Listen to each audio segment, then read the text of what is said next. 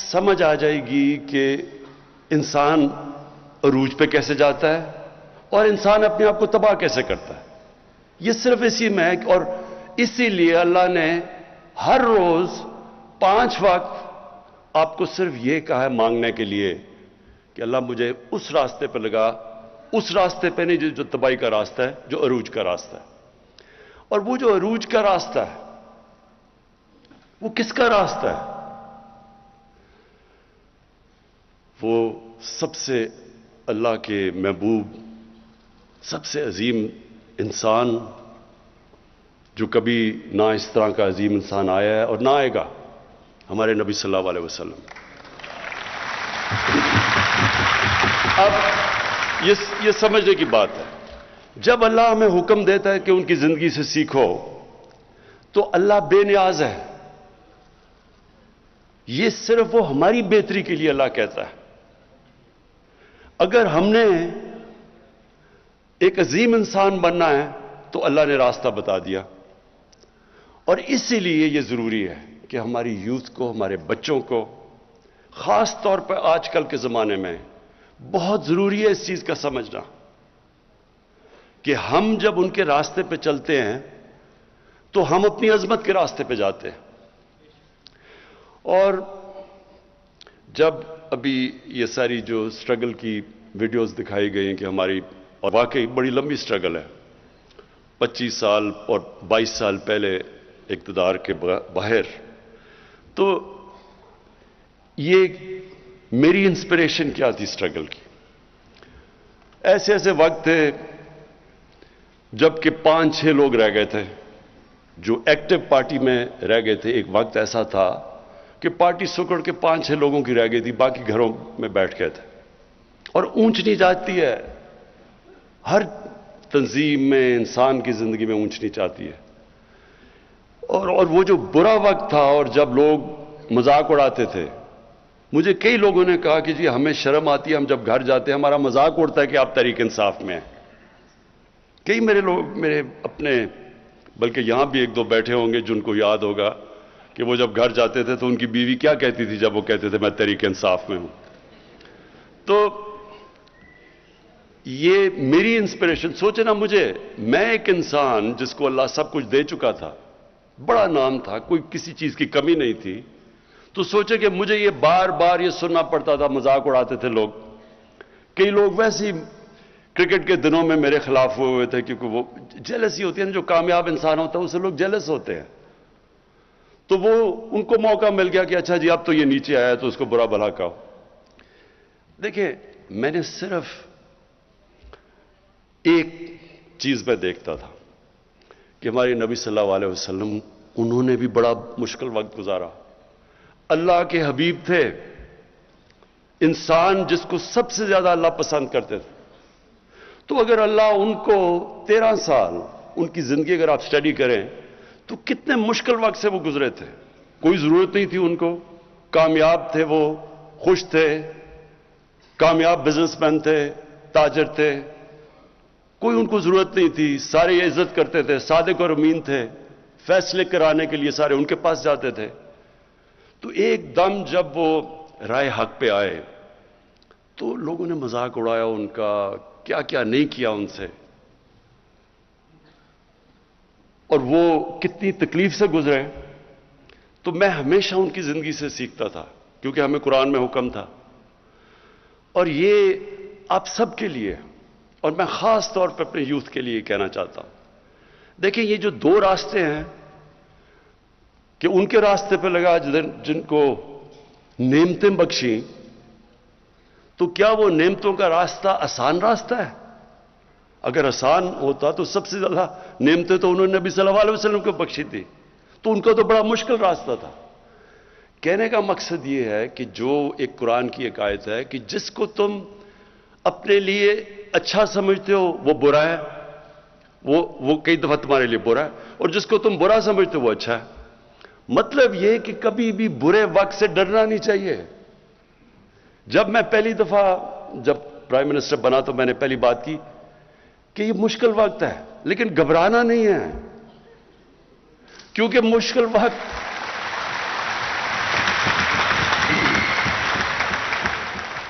کیونکہ میں نے تو اپنی ساری زندگی مشکل وقت دیکھے ہیں.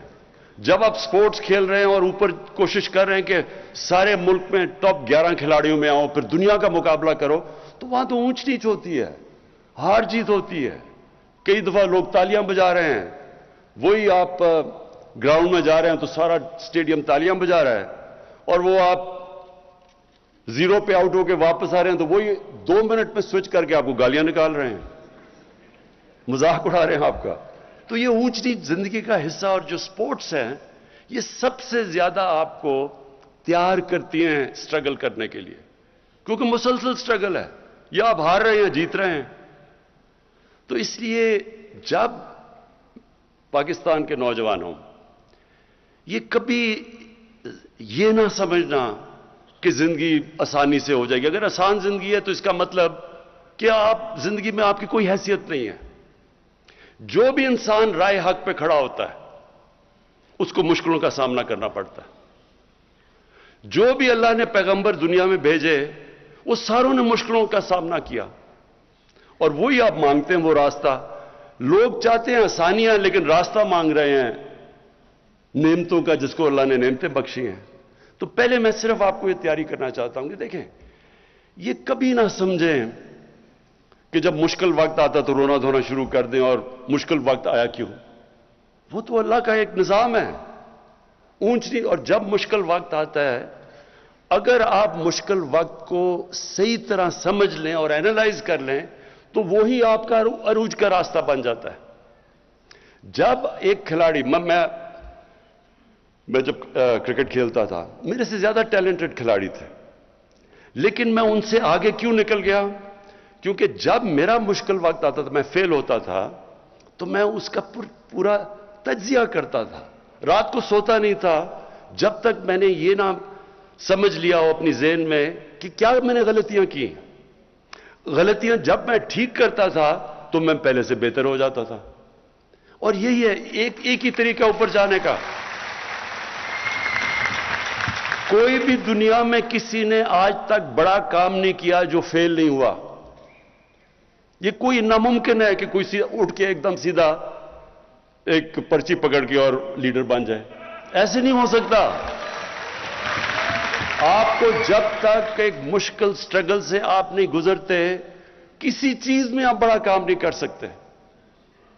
کوئی بھی لیڈر آج تک شارٹ کٹ لے کے نہیں بنا. قائد اعظم کی سٹرگل دیکھیں. میں تو ایک لیڈر مانتا ہوں پاکستان کا، قائد اعظم، اور ان کی کبھی سٹرگل دیکھیں کتنی تھی. جس طرح انہوں نے سٹرگل کیا ہے، اور آخر میں جو بیماری کے اندر انہوں نے سٹرگل کیا ہے، اس لیے آج، اور اپنی ذات کے لیے نہیں کیا، ایک بڑے مقصد کے لیے کیا. تو آج تک اور جب تک پاکستان رہے گا لوگ قائد اعظم کو دعائیں دیں گے. تو اس لیے کوئی بھی آج دنیا میں لیڈر اٹھا دیں، وہ ایک سٹرگل کر کے اوپر آتا ہے. اور سٹرگل ہوتی ایسے ہے کہ جب آپ نیچے آتے ہیں آپ ہاتھ نہیں کھڑے کر دیتے، آپ دیکھتے ہیں کہ میں کیا غلطیاں کر رہا ہوں، پھر ان کے اوپر محنت کرتے ہیں، وہ غلطیاں دور کرتے ہیں، اور پھر پہلے سے زیادہ آپ اوپر چلے جاتے ہیں. تو اس لیے یہ جو 3 سال تھے ہمارے، بڑے مشکل سال گزرے ہیں. مشکل سال اس لیے گزرے کہ پہلے تو ملک کو بینکرپٹ کر کے چلے گئے. ملک میں جو ہمارے پاس پیسہ تھا، جو ہمارے ریزروز تھے، جو ہماری لائبلٹیز تھی، جو ہم نے باہر لوگوں کو قرضے لیے ہوئے تھے، پیسے دینے تھے، ہمارے پاس پیسے ہی نہیں تھے ان کو قسطیں واپس کرنے کی. ہم نے ڈیفالٹ کرنا نہیں تھا، ہم ڈیفالٹ کر رہے تھے پیمنٹس کے اوپر، کیونکہ ہمارے پاس فارن ایکسچینج ہی نہیں تھا. ہماری جتنا ہم نے باہر پیسے دینے تھے، ہمارے پاس اتنے ریزروز ہی نہیں تھے. تو تب ہم نے حکومت سنبھالی تھی. پاکستان کی تاریخ کا جو سب سے بڑا جس کو خسارہ کہتے ہیں، ڈیفیسٹ کرنٹ اکاؤنٹ کا، کہ ہمارے ملک میں کبھی اتنا بڑا، تقریباً 20 ارب ڈالر کا ڈیفیسٹ تھا. اتنا بڑا، یعنی کبھی اتنا بڑا ڈیفیسٹ نہیں آیا. اس کی وجہ سے ہمیں اگر یہ نہ مدد کرتے ہماری سعودی عربیہ، UAE اور چائنا، اس وقت ہماری یہ نہ مدد کرتے، تو یہ جو مہنگائی اور جو مشکل وقت گزری ہماری قوم، وہ کچھ بھی نہیں ہے جو ہم نے گرنا تھا کہ جس طرح روپے نے نیچے جانا تھا. کیونکہ اگر ہمیں پیسے نہ یہ باہر دیتے اس وقت مشکل وقت میں تو روپے نے گر جانا تھا اور نیچے. جب جتنا بھی روپیہ گرا اس سے بھی آپ سب کے سامنے ہے جو مہنگائی آئی پاکستان میں, کیونکہ جتنی چیزیں باہر سے آنی تھی, تیل, بجلی, اس کی وجہ سے افیکٹ, ساری چیزیں مہنگی ہو گئی. تو اس وقت ہمیں جو سامنا کرنا پڑا, ایک نئی ٹیم تھی, یا تو ہمیں تجربہ ہوتا, ہماری ٹیم بھی نئی تھی, اور اس کے بعد پھر ایک ایشو نہیں آیا. پہلے تو کرائسس آیا, اس کے مشکلوں سے آئی ایم ایف کے پاس جانا پڑا, پیسے نہیں تھے ہمارے پاس, مجبوری آئی ایم ایف کے پاس جانا پڑا. اور جب آئی ایم ایف کے پاس آپ جاتے ہیں تو جس طرح کوئی بھی جس سے آپ قرضہ لیتے ہیں وہ پوچھتا ہے کہ میرا پیسہ واپس کیسے کرو گے, اور وہ پھر شرائط لگا دیتا ہے کہ میرے پیسہ واپس کرنے کے لیے آپ کو بجلی بھی مہنگی کرنی پڑے گی کیونکہ بجلی میں خسارہ ہے, آپ کو روپے کی قیمت گرانی پڑے گی, آپ کو ٹیکس لگانے پڑیں گے. اور جب وہ آئی ایم ایف کی آپ شرائط پہ چلتے ہیں تو عوام کو تکلیف ہوتی ہے, عوام مشکل وقت سے گزرتی ہے. تو ہم اس مشکل وقت سے سال کے بعد نکل ہی رہے تھے کہ کرونا آ گیا. کرونا سے پہلے بھی ایک چیز ہوئی, پلوامہ آ گیا. وہ میں صرف پلوامہ میں اللہ نے ہمیں بڑی کامیابی دی, اور میں آج اپنی خاص طور پہ اپنی فوج کا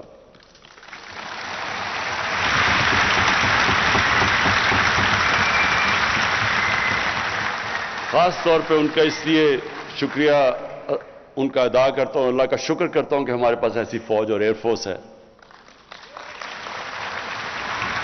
کیونکہ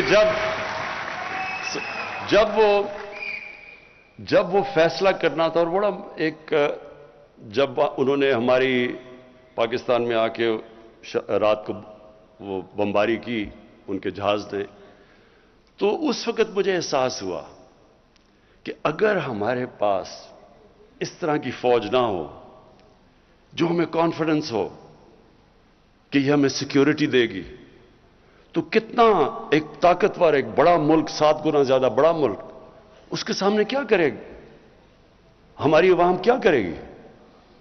تو ادھر احساس ہوتا ہے اپنی فوج کا. اور پھر مجھے یہ ان 3 سالوں میں جو سب سے زیادہ تکلیف ہوئی کہ جس طرح یہ جو مافیا ہے, انہوں نے ہماری فوج کے خلاف جو تقریریں کی, جو سٹیٹمنٹس دی. دیکھیں, میں نے بھی فوج کی تنقید کی ہوئی ہے ماضی کے اندر, میں نے بھی کیا. کوئی بھی ادارہ ہے, عدلیہ ہے, وہ بھی غلطیاں کرتی ہے, فوج بھی غلطیاں کرتی ہے, ہم پولیٹیشنز غلطیاں کرتے ہیں. لیکن یہ تو نہیں مقصد کہ آپ اپنی فوج کو برا بھلا کہنا شروع ہو جائیں اور فوج کے پیچھے پڑ جائیں. اور فوج کے پیچھے اس لیے پڑے ہیں کہ آپ چاہ رہے ہیں کہ کسی طرح فوج گورنمنٹ کو گرا دیں, یا اپنے آپ کو ڈیموکریٹس کہتے ہیں اور ان کے پیچھے پڑے ہوئے ہیں کہ ایک ڈیموکریٹک گورنمنٹ کو گرا دیں. تو اس لیے جو انہوں نے تنقید کی, اور باہر جو پوری ہمیں پتہ ہے کہ ہندوستان کی لابی پوری طرح کوشش میں ہے کہ پاکستانی فوج کو برا بھلا کہے, اس کے پیچھے پڑے. ابھی جو افغانستان میں ہو رہا ہے, پورا زور لگایا ہوا ہے کہ جی یہ طالبان صرف جیتے ہیں پاکستان کی فوج کی وجہ سے, اور پوری کیمپین چلی ہوئی ہے ہماری فوج کو ڈسکریڈٹ, اور اب سے نہیں دیر سے چل رہی ہے. اور یہاں بیٹھے ہوئے لوگ پورا انہوں نے محاذ بنایا ہوا ہے فوج کے خلاف. اور میں یہ آپ کو کہتا ہوں کہ مجھے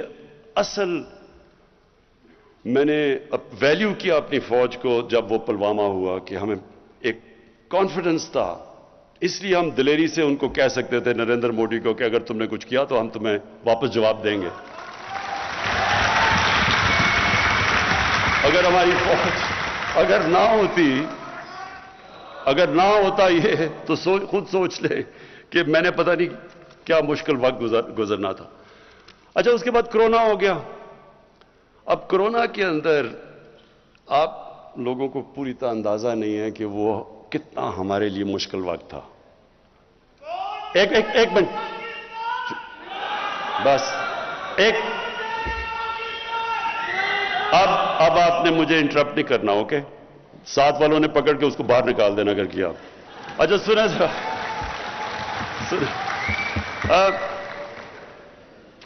دیکھیں مشکل کیا تھا. ہم دیکھ رہے تھے باہر وہاں جناب اسپین کے اندر, اٹلی کے اندر, انگلینڈ کے اندر وہ ان کے ہاسپٹل بھرے ہوئے ہیں, لوگ سڑکوں پہ ہیں. ان کے یعنی جو ملک جن کے پاس ہمارے سے 30 40 گنا بڑا جی ڈی پی تھا, دولت تھی, وہاں ہم حالات دیکھ رہے تھے اور وہ ساروں نے لاک ڈاؤن کیا ہوا تھا. پھر ادھر سے دیکھا جی نریندر مودی نے بھی لاک ڈاؤن کر دیا, تو ساروں نے ہمیں پریشر ڈالا کہ آپ بھی لاک ڈاؤن کریں. اور وہ بہت مشکل وقت تھا. ہاں لاک ڈاؤن تو کرنا چاہیے کہ اگر آپ کی یہ بیماری پھیل رہی ہے, ہمیں پتہ ہے کہ لاک ڈاؤن سے وہ رک جاتی ہے, وہ کم ہو جاتی ہے, پھیلتی کم ہے. لیکن ساتھ کہ ہمارے وہ لوگ جو دیہڑی دار تھے, جو غریب لوگ تھے, جو دن کو پیسہ بنا کے بچوں کو کھلاتے تھے, تو ان کو کیا بننا تھا. اور بڑی ہماری اپوزیشن کے ممبرز نے تنقید کی, اور لوگ میری اپنی پارٹی میں بھی کئی لوگ گھبرا گئے کہ ایک دم یہ ہو رہا ہے, اور اگر اور پھیل گیا ہمارے ہاسپٹل سے پریشر پڑ گیا. لیکن میرا یہ ایمان ہے, ہم نے فیصلہ کیا اور بڑا مشکل فیصلہ کیا کہ ہم جو بھی ہو جائے ہم یہ پوری طرح لاک ڈاؤن نہیں کریں گے, کیونکہ ہمارے غریب بھوکے مر جائیں گے. اور اس کی وجہ سے میرا یہ ایمان ہے کہ اللہ نے اس کی برکت آئی ہمارے اوپر, اس نے بچا لیا ہمیں. ہم نے اپنے اور پھر یہ سنیں, ورلڈ اکنامک فورم نے پاکستان کی مثال دی کہ وہ ملک ہے جس نے اپنی بہترین طور پہ اپنی اکانومی بچائی. ورلڈ ہیلتھ آرگنائزیشن نے پاکستان کی مثال دی کہ کرونا سے انہوں نے سب سے بہتر طریقے سے اس کو انہوں نے ہینڈل کیا. اور پھر اکانومسٹ نے کہا کہ پاکستان وہ دنیا میں 3 ملکوں میں سے ہے جس نے اپنی اکانومی بھی اور کرونا کو بھی ہینڈل کیا. ادھر میں پھر اپنی ٹیم کو, کیونکہ اگر ہم غلط فیصلہ کر لیتے, میں آج آپ کو بتاؤں, یہاں لوگوں نے بھوکے مرنا تھا, جو آج ہندوستان میں ہو رہا ہے. اگر ہندوستان کے اندر جس طرح کی غربت آئی ہے, جس طرح کو انہوں نے لاک ڈاؤن لگایا, اور جس طرح مجھے پارلیمنٹ میں اپوزیشن والے کہہ رہے تھے, مثالیں دے رہے تھے ہندوستان کی, تو آج ہمارے ملک کے اندر جس طرح کی غربت تھی آپ اندازہ نہیں لگا سکتے. کیونکہ ساری دنیا کے اندر کرونا کے اندر غریب پس گیا. لاک ڈاؤن سب سے زیادہ تباہی مچاتا ہے غریب کو. تو اس میں اپنی جو ٹیم تھی میری این سی او سی کی, اسد عمر اور ڈاکٹر فیصل, میں خاص طور پہ آپ کو خراج تحسین آج پیش کرنا چاہتا ہوں کہ بڑے ہمارے اچھے فیصلے ہوئے اور اللہ نے ہمیں وہاں سے نکالا. اچھا, میں ذرا آپ کو صرف 3 سال کی ہم نے اپنی پرفارمنس بتانی تھی, تو میں ذرا صرف آپ کے سامنے رکھنا چاہتا ہوں کہ ہم جب آئے تھے تو تقریباً $20 ارب کا خسارہ تھا. آج وہ خسارہ 3 سال کے بعد $20 ارب سے $1.8 ارب پہ رہ گیا. ہمارے فورن کرنسی ریزروز جب ہم آئے تھے تو پورے ملا کے $16.4 ارب تھا, اور آج ماشاءاللہ ہمارے $27 ارب پہ ریزرو چلے گئے ہیں. ہمارے جو ٹیکس کلیکشن تھی, یعنی کہ دیکھیں جب ایک گھر میں مثلا ایک گھر جب مقروض ہو جاتا ہے تو وہ کیا کرتا ہے, اس کو اپنے خرچے کم کرنے پڑتے ہیں اور اپنی آمدنی بڑھانی پڑتی ہے. اور کوئی طریقہ, جب سے اللہ نے دنیا ایجاد کی ہے اس کے علاوہ کوئی طریقہ نہیں ہے اس میں سے نکلنے کا. تو جب آپ خرچے کم کرتے ہیں تو لوگوں کو تکلیف ہوتی ہے. ایک گھر دیکھ لینا, گھر میں آپ خرچے کم کریں گے تو لوگ اپنا کھانا پینا کم کریں گے, مرغی سے دال روٹی پہ آ جائیں گے, اور بچوں کو اچھے سے اسکول سے نکال کے دوسرے اسکول میں ڈال دیں گے, کیونکہ آپ کو مشکل وقت سے تو گزرنا پڑتا ہے. ہر گھر کو جب یہ ایک گھر مقروض ہو جاتا ہے اس کو یہ کرنا پڑتا ہے, تو تب گھر والوں کو تکلیف ہوتی ہے. تو وہ بڑی تکلیف سے ہمارے لوگ گزرے, اور میں یہ بھی اللہ کا شکر کرتا ہوں کہ بڑی ماشاءاللہ ہماری ایک دلیر قوم ہے, ہم اس سے بڑے صبر سے نکلے. تو پھر